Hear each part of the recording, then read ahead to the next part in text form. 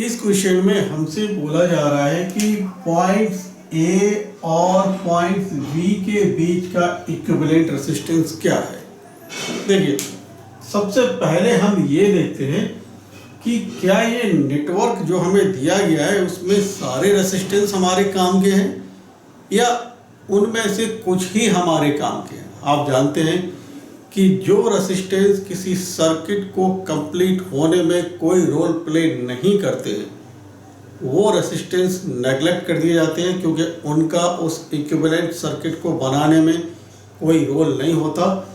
तो आप देख रहे हैं कि एक ये रेजिस्टेंस और एक ये रेजिस्टेंस और एक ये रेजिस्टेंस, ये रिडंडेंट है, मतलब इनका सर्किट को कंप्लीट करने में यानी करंट के फ्लो होने के लिए सर्किट को कंप्लीट करने में कोई रोल नहीं है। आप तो इसलिए ये और ये रेजिस्टेंस हम खत्म कर देंगे, हटा देंगे इनको, क्योंकि ये हमारे जो इक्विवेलेंट रेजिस्टेंस निकलेगा उसमें कोई रोल प्ले नहीं करेंगे।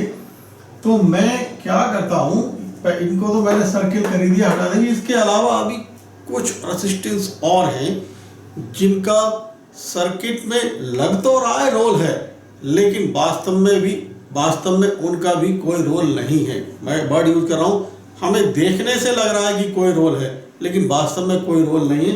वो दो रेजिस्टेंस है, ये 1.8 ओम और ये 2.2 ओम। ध्यान से समझे, हमसे ए और बी के बीच में इक्विवेलेंट रेजिस्टेंस पूछा जा रहा है। तो अगर मैं समझाने के पर्पज से मान लूं, जब करंट यहाँ पहुंचेगा तो करंट इस जंक्शन पर पहुंचकर 3 पाथ में डिवाइड होगा, कुछ इधर जाएगा, कुछ इधर आएगा, कुछ इधर आएगा। जो करंट यहाँ आया, ध्यान दीजिए, वो इस रास्ते को बिल्कुल फॉलो नहीं करेगा, वो कंप्लीट करंट इस रास्ते को फॉलो करेगा। आप जानते हैं नेचर का टेंडेंसी है और वैसे ही इलेक्ट्रॉन या करंट का टेंडेंसी होता है कि करंट सदैव उस रेजिस्टेंस से होके ज़्यादा फ्लो होता है जिस रेजिस्टेंस का वैल्यू कम होता है। मतलब ये वो समझाने के लिए अगर मैं अलग से दिखा दूं कि ये मेरे पास मान लीजिए 2 ओम का रेजिस्टेंस है और ये मेरे पास मान लीजिए 0.1 ओम का रेजिस्टेंस है, दोनों पैरेलल में है, और ये मान लीजिए 5 एम्पियर का करंट मैंने यहाँ फ्लो करा दिया। देखिए, इस क्वेश्चन का इससे कोई लेना देना नहीं है, मैं समझाने के लिए समझा रहा हूँ। तो जब ये करंट यहाँ पहुँचेगा तो यह जंक्शन दिखाई दिया, कुछ करंट इधर जाएगा, कुछ इधर जाएगा, तो ये रेजिस्टेंस इसके कंपैरेटिवली 2 ओम के कंपैरेटिवली बहुत कम है, तो मैक्सिमम करंट इस रास्ते को फॉलो करेगा। और समझिए, जब यहाँ पर केवल एक ऐसा वायर लगा दिया जाए, कंडक्टिंग वायर यूज कर लिया जाए जिसका कोई रेजिस्टेंस नहीं हो, तब तो बिल्कुल कॉमन सेंस की बात है कि सबका सब करंट यहीं से फ्लो होगा। भाई, जब हम कह रहे हैं कि यहाँ पर 0.1 ओम है जो इसके कंपैरेटिवली बहुत कम है, तो मैक्सिमम करंट यहाँ से फ्लो होगा, तो इसका मतलब यही तो हुआ कि अगर इसका रेजिस्टेंस 0 होता यानी कंडक्टिंग वायर होता केवल, तो सबका सब करंट यहीं से फ्लो होता।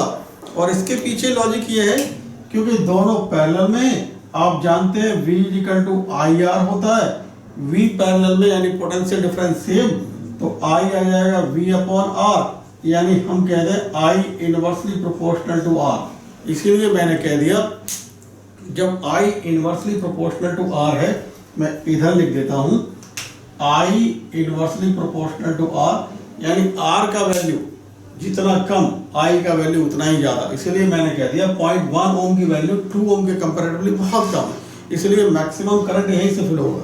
तो अब इसको थोड़ा और आगे एक्सटेंड कर लें कि जब यहाँ रेजिस्टेंस ही नहीं हो, बिल्कुल जीरो रेजिस्टेंस हो जाए, इसका मतलब वो सबका सब करंट यहीं पर जाएगा, इस सबका सब करंट इस रास्ते को फॉलो करेगा। उस समय कब? जब ये 0.1 ओम के रेजिस्टेंस को भी हटा दिया जाए, केवल एक कंडक्टिंग वायर यूज कर लिया जाए। अब आगे समझे, ध्यान से समझिए भाई, वही केस यहाँ पर है कि ये जो एक कंडक्टिंग वायर है, यहाँ पर जब करंट यहाँ से चल के करंट यहाँ पहुंचा तो इधर 0 रेजिस्टेंस वाला वायर दिखाई दे रहा है, और इधर आप देख रहे हैं ये 4 ओम रेजिस्टेंस है। तो सीधी सी बात है, करंट इस रास्ते को क्यों फॉलो करेगा? करंट तो 0 रेजिस्टेंस वाले वायर पाथ को फॉलो करेगा। तो अब कुल मिला के जितने ये रेजिस्टेंस हमने सर्किल किए हैं उनका यहाँ इस नेटवर्क में कोई रोल नहीं है, तो मैं इनको अब हटा देता हूँ और अब यहाँ पर एक सिंपल सा सर्किट हमारे पास बन के तैयार हो जाएगा कुछ इस तरीके से। ये आप देख रहे हैं, इस तरीके से कुछ हमारे पास ये आएगा और फिर ये यहाँ तक आ गया। मैंने इसको ये और ये हटा दिए, तो अब ये आ गया मेरे पास, ये B पॉइंट हो गया, ये A पॉइंट हो गया। आप देख रहे हैं कि ये है हमारे पास 2 ओम और ये है हमारे पास 3 ओम, ये 1 ओम, ये 2 ओम और ये है हमारे पास 4 ओम और ये है हमारे पास 5 ओम। तो आप देख रहे हैं कि ये 3 और ये 1, ये 3 ओम और ये 1 ओम सीरीज में है जो कि 4 ओम बन गया, और उसके बाद ये 4 ओम, ये 2 ओम और ये 4 ओम पैरेलल में है।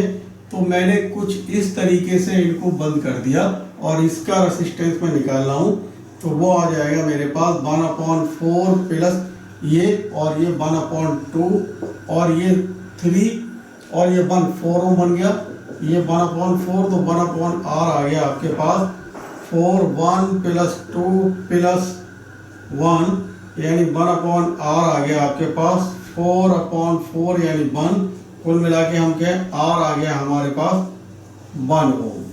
जब r हमारे पास 1 ओम आ गया तो आप देख रहे हैं ये 1 ओम का जो आया 1 ओम और ये 5 ओम और ये 2 ओम सीरीज में है। तो हम देख रहे हैं कि ये 2 ओम, ये 1 ओम, 3 ओम और ये प्लस का 5 ओम 8 ओम हो गया, यानी इक्विवेलेंट रेसिस्टेंस कुल मिला के हमारे पास आ गया 2 + 1 + 5 यानी 8 ओम। ऑप्शन देख लेते हैं, तो हम देख रहे हैं ऑप्शन 2 इज करेक्ट। मैं इधर लिख देता हूं ऑप्शन 2 करेक्ट।